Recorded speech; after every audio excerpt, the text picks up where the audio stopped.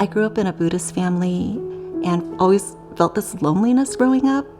No matter how often we went to temple, nothing seemed to fill that.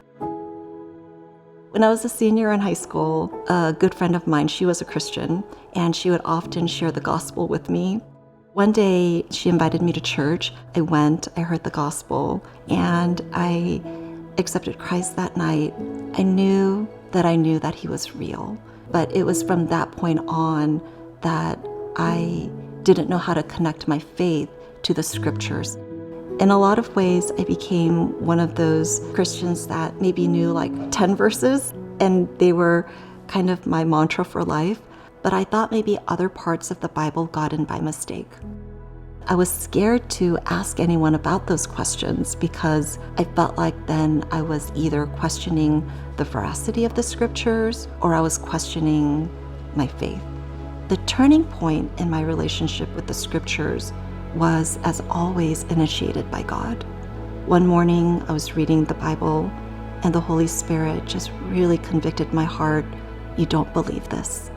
And I just stopped and said, "You're right, God, I don't." It was that moment that God made me come face to face with my own thoughts, and it was there that I had the courage to ask him, "Is this your word?" The Holy Spirit spoke into my heart, saying, "This is true."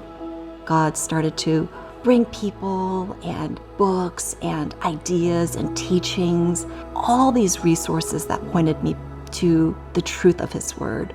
And I never looked back after that. I read out the Bible, I really think, as God wanted me to.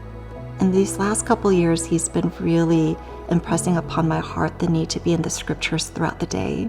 And I think that's why maybe God has us eat multiple times a day, such a reminder that we need to be constantly fed.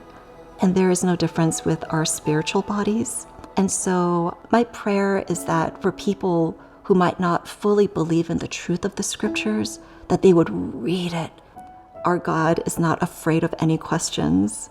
Our God is a God who loves to invite human beings into the grand story.